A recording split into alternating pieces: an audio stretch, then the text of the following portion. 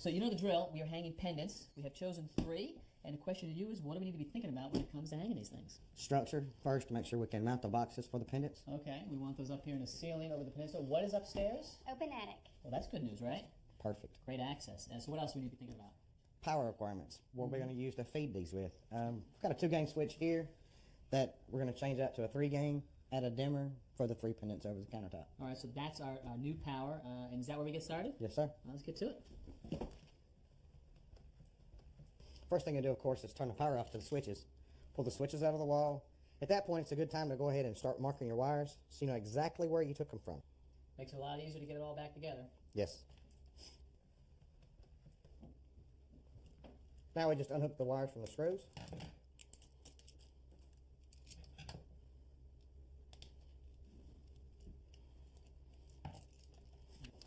Right here, these tabs, they're designed to hold the wires in place. What you have to do is bend the tabs out of the way, so then you can just push the wires back on the wall. And we want a little bit more room while we work, so we'll take the 3-gang box, we'll hold it up here, we'll mark it off. So you're actually going to cut this hole a little bigger right now? Yes, that way we'll have more room.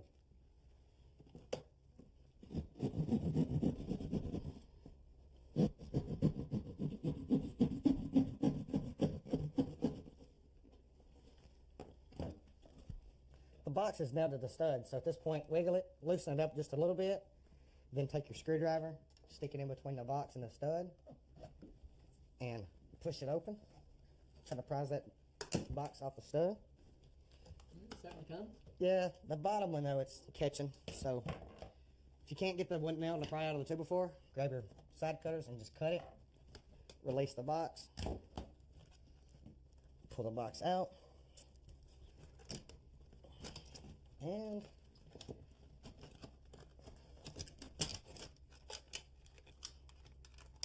all right. Before we install our 3-gang, we have to run a wire from here to the pendants. To do that, we've got to get fish tape down the wall, tie the wire on, pull it up so we can connect it all. So we're headed up to the attic. Yes, sir. Right here we see the wire going down to the switch.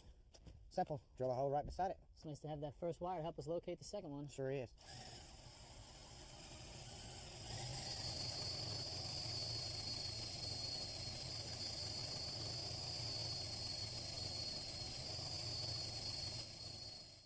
So that hole puts us right into the stud bay? That's where we put our fish tape right down through. All right.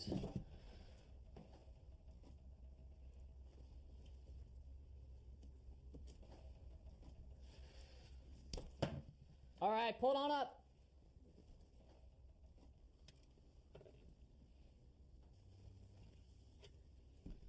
Now this is the wire we ran from the attic down for our pendants. This is our switch leg.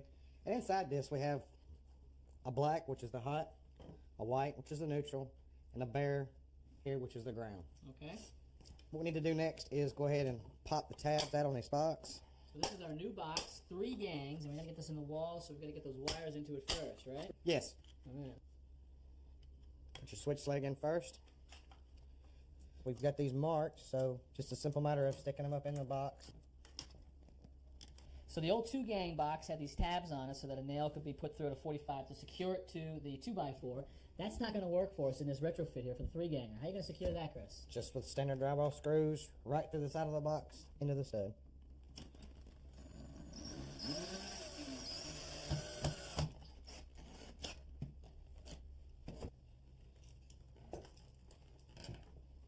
Now we just reconnect the 2 switches we took apart, following your labeling that you put on them. Line up your screws. Now you just simply screw this in place and move on to the other switches. So, Chris, we have 2 circuits coming into this box. One circuit goes to this switch, and that is all wired up, so we're fine with that one. The other circuit, which comes right to this black hot right here, fed 1 fixture, but now we need this single black to feed 2 fixtures. How are we going to do that? With pigtails. 2 little short pieces of wire, bend hooks on them, strip them back, go ahead and attach them to your incoming single.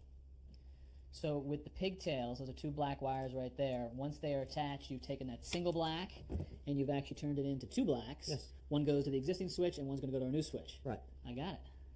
Put a wire nut on that. Put it back in the box. While you're doing this, right now is a good time too to go ahead and take your hot for your other switch, feed it on over here. Sort of locate it. Yeah. And it's in place. Now we're ready to install the switch that operates the light over the sink.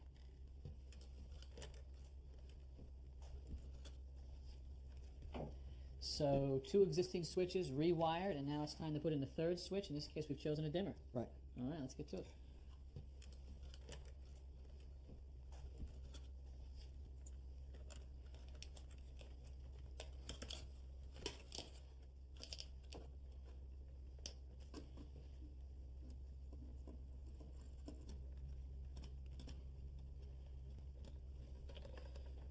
What we have here coming out of the dimmer is stranded wire, and you're attaching it to solid wire.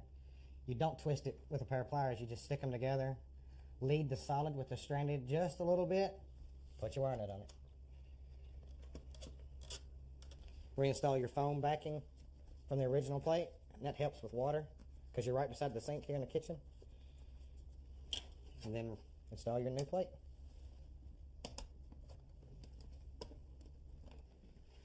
What we want to do is center these pendants over the peninsula. Okay. So what I've done is I've divided the countertop in half widthwise, find our center points there, and I have divided it into 4th lengthwise. Okay. That's where you see the 3 X's right here. So this is where the pendants will actually be on the ceiling? Yes. Okay. We will transfer these from the countertop to the ceiling using the plumb bob. Okay. So we know exactly where our pendants are going to go on the ceiling. Okay. Now I'll just drill a pilot hole through each of our marks.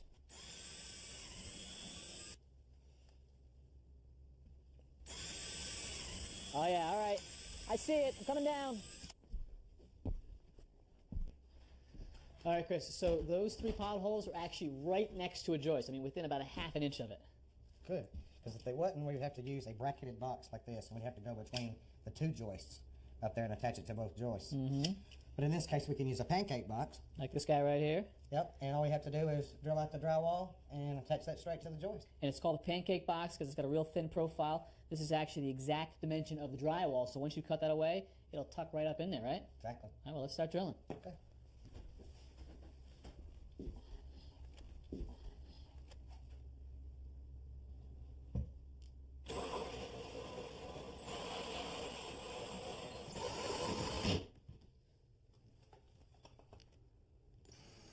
So it looks like you're putting at least 2 screws into each pancake box, and you've also put a ground wire on each one of them, and then these connectors right here, so that when you push the wire through, it won't pull back. Exactly.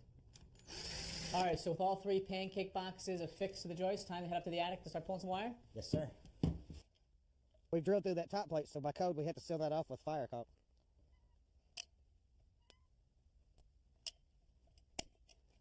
Now we need to run our switch leg into our first pancake box. You just push it in. Now we need to run one to our next box from our first box. Then we have one more to run from our second to our last box for our last pendant.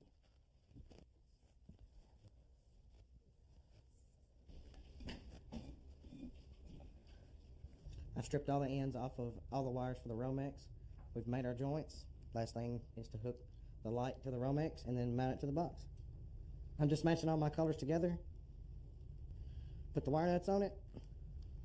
Shove it up in the box.